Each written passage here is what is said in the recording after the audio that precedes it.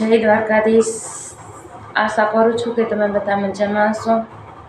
અને ઘણા બધાની પહેલાં કોમેન્ટ આવતી હતી કે તમારી સાથે શું બન્યું એનો તમે ફાઇનલ વિડીયો બનાવો। તો આજે બને એટલી કોશિશ કરીશ હું તમને લોકોને સમજાવવાની, કારણ કે આગળના બધા જ વિડીયોમાં મેં એના વિશે કહી દીધું છે। અને એક કોમેન્ટ હતી કે શું બન્યું હતું, તો મારા ફાધર ઇન લોનું 1 મહિના પહેલાં એક્સપાયર થઈ ગયા છે। અને મારા પતિના એક્સપાયર થયા પછી કુટુંબ અને આગેવાનો અને ભુવાઓ બધા એ લોકોએ અમારે ત્યાં સ્ત્રીઓને અલાઉડ નથી હોતું ડિસિઝન લેવાનું, એટલે એ લોકો મઢમાં બેસીને બંધાણા કે આ બાળકોને આવતા જતા રાખવાના।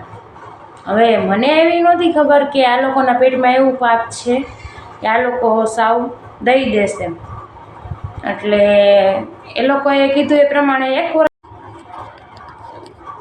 તો એ લોકોએ કુટુંબમાં દેરવટું કરવાનું નક્કી કર્યું। અને પછી 1 વર્ષ સુધી બાળકો મારી અહીંયા હતા તો આવતા જતા રહેતા, અહીંયા રોકાવા જતા, મહિને 10-15 દિવસે લઈ જાય એટલે મહિનો અહીંયા રોકે, એટલે આપણને તો એમ થાય ને કે આપણે પોતાના જ છીએ એમ, એવો વિશ્વાસ બધાની ઉપર। પણ અત્યારે આ દુનિયામાં કોઈ ઉપર વિશ્વાસ કર્યા જેવો નથી। કોઈ ઉપર વિશ્વાસ કરો ને એટલે તમે મરી ગયા સમજો, કોઈનો વિશ્વાસ કર્યા જેવો જ નથી। અને આ બધું એ લોકોએ નક્કી કર્યું કુટુંબમાં દેરવટું કરવાનું, બાળકોને આવતા જતા રાખવાનું। એટલે મને એવું કીધું આ લોકોએ જે અહીંના ખાલી મઢ અમારે જુદા છે માતાજીના, એટલે આ કુટુંબના લોકોએ એવું કીધું મને, મારા જેઠ ને બધાએ, કે જો તારે બાળકો જોતા હોય તો તું મિલકતને બધું જાતું કરી દે, એમાં સાઈન કરી દે, તારો હકીસો જાતો કરી દે। મેં કીધું વાંધો નહીં, મારે કાંઈ મિલકત નથી જોતી, તોય કે અમે તને બાળકો હાવ નહીં જવા દઈએ એમ ત્યાં। તો મેં કીધું વાંધો નહીં, મને ખાલી મારા બાળકો આપો, મારે કોઈ પ્રકારની મિલકત એ લોકોની નથી જોતી। અને મેં એની તો આપી જ દીધી, મારી જે અલગ રીતે બધું વસાવ્યું હતું, મકાન આ તે ધંધો, એ બધું મેં એને આપી દીધું।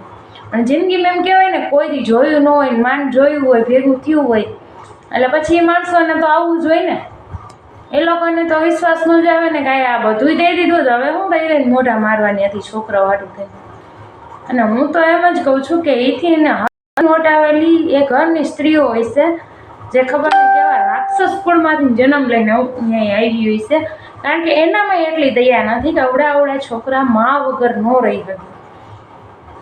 પણ કાંઈ વાંધો નહીં, હું તો બસ એટલું જ કહીશ એક મા તરીકે, અત્યાર સુધી મેં કોઈનું ખરાબ નહોતું વિચાર્યું, પણ હવે જરૂરથી કહીશ કે જેને મારા બાળકો છોડાવ્યા એ બધાને જીવડા પડશે, 14 જન્મ સુધી વાંજિયા મળશે, અને હૈસે ને એ બધા 20-20 વર્ષના થઈને મરી જાય, ભટકાઈને મળશે, એક્સિડન્ટ થઈને મળશે, અને કોઈને ભગવાન છોડતો છે જ નહીં, બધાને પોતાના કર્મો અહીંયા ભોગવવા જ પડે છે।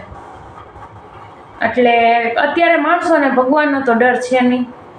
એટલે આવી વાત હતી કે કુટુંબના અને સમાજના આગેવાનો અને ભુવાઓએ બધાએ આવો ડિસિઝન લીધો, કુટુંબમાં દેરવટું કરાયું અને બાળકોને આવતા જતા રાખવાની બોલી હતી, એની બદલે 2 વર્ષથી બાળકો લઈ ગયા। તો હવે કોઈ જવાબ નથી દેતા, હવે એકલા કરી નાખ્યા, અને પોતાની જાતને મહાન સમજે છે, પણ એને નથી ખબર કે જેનું કોઈ ન હોય ને એનો 1000 હાથવાળો બેઠો હોય। અને એ જ્યારે મારું સાંભળશે ને ત્યારે આ બધા એના હે ને માથે કપડાં પહેરવાના નહીં રહે, કારણ કે દુનિયાના બધાય પાપારા એક માની આવી લેવી સારી નથી। એટલે તમે આગળ વિડીયો જોજો, વધારે ટૂંકમાં જ હું સમજાવવાની કોશિશ કરું છું, પણ આખો વિડીયો જોજો તો તમને સમજાશે કે આવી રીતે મારી ઉપર સ્કેમ કરી નાખ્યો, ફ્રોડ કરી નાખ્યો। અને આ લોકોનો આવો ધંધો જ છે, અહીંયા જે આ બધા છે ને એ લોકો આવી જ રીતે ગમે એની બેનું દીકરીને ફસાવીને આવું કરે જ છે, પૈસા માટે થઈને આ લોકો કાંઈ પણ કરી શકે એમ। અને આ બધું પૈસા માટે જ કર્યું છે લોકોએ, ઓલાવે લાલચ દીધી ને આ લોકોએ પૈસા માટે ગમે તે, એટલે આવું કર્યું, મારી ઉપર સ્કેમ કર્યો ને સાઇન કરાવી લીધી। એ સાઇનમાં એવું હતું કે આગળ પ્રોપર્ટીનું ને એવું બધું લખ્યું હતું, મેં જે મારા જેઠને લખાણ આપ્યું હતું એમાં મારા બાળકો વિશે નહોતું, ખાલી પ્રોપર્ટી વિશે હતું। તો એ બધું આગળ લખ્યું હતું ને તો મેં જોયા વગર સાઇન કરી દીધી, પણ મને નહોતી ખબર કે આમાં પાછળ દત્તક કાપી દઉં છું એવું પણ લખેલું છે। અને ત્યારે લાજ કાઢવાની બધા હારે હતા, અને મેં જોયું જ નહોતું, વાંચ્યું જ નહોતું, ભરોસે મેં એને સાઇન કરી દીધી.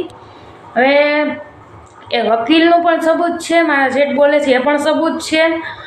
એટલે અત્યારે તો જેનો સમય બળવાનો હોય એ લોકોનું ચાલે ને, જેનો સમય નબળો હોય ને તેનો ભગવાન પણ સાથ નથી દેતો.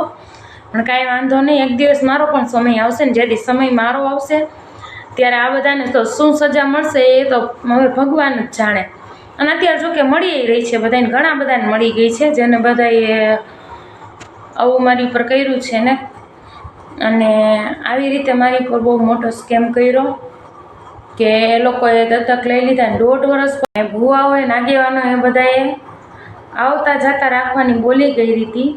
અને 1.5 વર્ષ પછી ખબર નહીં કોના પેટમાં પાપ જાગ્યું તો ઓલા લોકો બાળકો લઈ ગયા તો લઈ જ ગયા, 3 મહિના સુધી આવવાનો દીધા. આખી આવી ગેમ કરી. પછી એને ખબર જ હતી કે કોર્ટના પગથિયા ચડશે.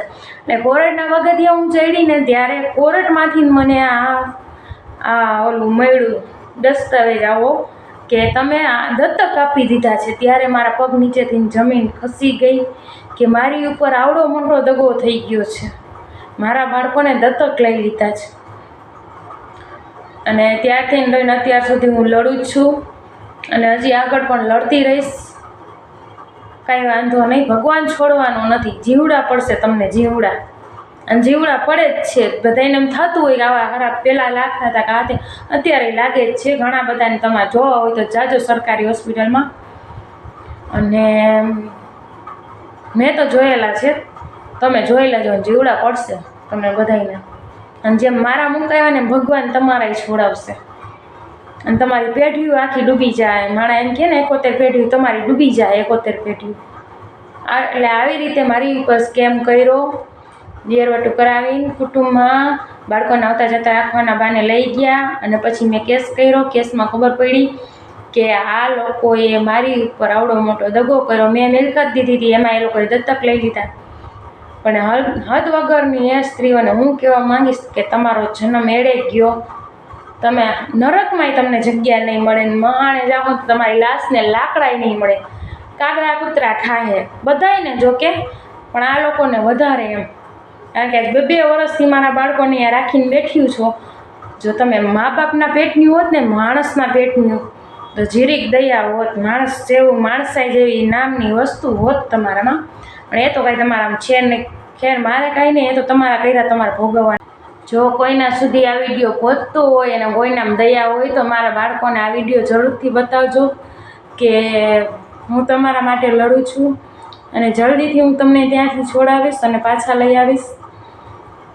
બાકી તો હવે બસ એક ભગવાનનો જ વિશ્વાસ છે, બાકી માણસોથી તો કાંઈ થવાનું જ નથી.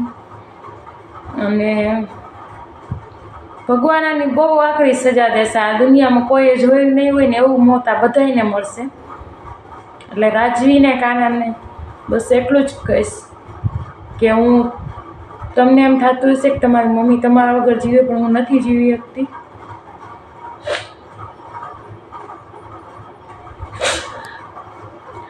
બેટા, હું રાતને દિવસ તમારા માટે ભગવાનના નામ લઉં છું ને આ બધાના માટે એમ જ કહું છું કે ભગવાન જેને મારી સાથે આવું કર્યું ને એ લોકોને એવી સજા મળે ને કે આ દુનિયા એના માટે મોત માંગે પણ મોત પણ ન આવે એ લોકોને. તો પ્લીઝ કોઈ પણ લોકોમાં જો દયા હોય જીરીક, અને દુનિયા ગમે તે કહેતી હોય કે આ હોય તે હોય, પણ ગમે એ હોય દુનિયામાં માને શું કામને ઊંચું બિરુદ આપવામાં આવ્યું છે? ભગવાનથી પણ મોટું માને બિરુદ આપવામાં આવ્યું છે, કારણ કે મા એ ભગવાનથી મોટી છે. મા એ માં જ હોય છે, બાકી દુનિયામાં એની તોલે કોઈ આવતું નથી.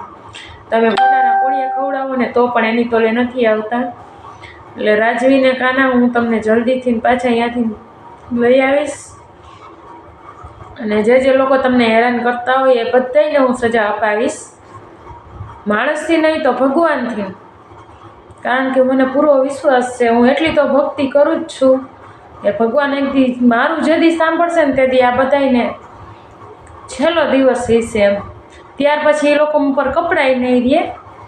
એટલે મને એની ઉપર વિશ્વાસ છે. માણસોને એમ થતું હશે કે આ શું કરી લેવાની, આ નોંધારી, આની પાછળ કોઈ નથી, પણ જેનું કોઈ ન હોય એનો ભગવાન હોય.